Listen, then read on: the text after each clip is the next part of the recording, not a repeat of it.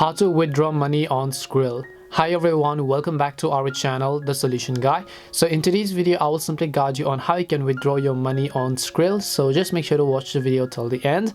In order to withdraw your money on your Skrill account, it's actually very simple to do so. All you have to do is just go to skrill.com and then make sure that you're signed into your account. Then once you're signed into your account, what you need to do is click on the My Account button, which is at the top right hand side, and then you'll be taken to your Skrill's homepage and your Skrill's dashboard, right? So basically, if you want to withdraw money on the left hand side, you just need to go to the option called withdraw.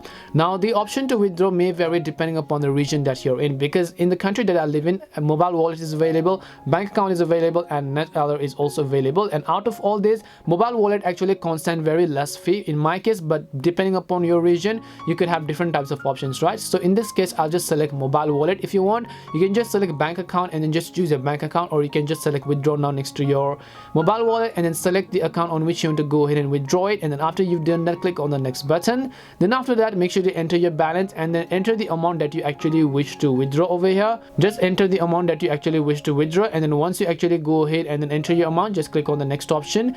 After that, verify a few other details, and then you should be able to successfully withdraw your money from your Skrill account. That's all it takes to withdraw money from Skrill. We hope the video was really helpful, and if it did help you, then make sure to leave a like and subscribe to the channel. And if you have got any more questions, feel free to leave them down. Thank you very much for watching, and see you in the next video.